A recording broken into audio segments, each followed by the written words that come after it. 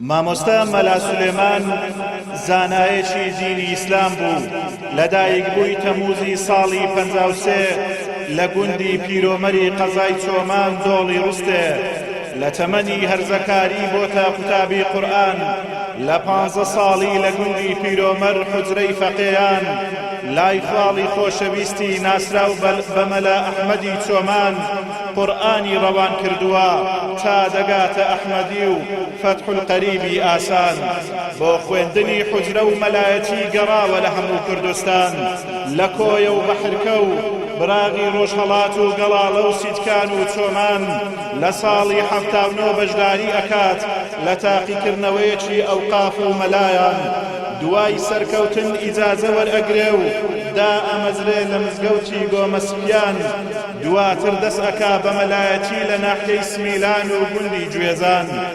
لە مەلایەتی گەڕاوە مەلا ئۆمەر و قەڵەنسۆغان و پیرۆمەر و سۆران. لە ساڵی 79 دا هاوسەرگیری کردووە لەگەڵ کچی خاڵی. دوای ڕاگواستنی گوند لە سێبیراندا ئەنێ ماڵی. لە ژیانی مەلایەتی و بانگخوازی و مەدرسە و پەروەردە توش ئەبێ بە سزادان و دەرکردن و ئەشکەنجە و جەردە.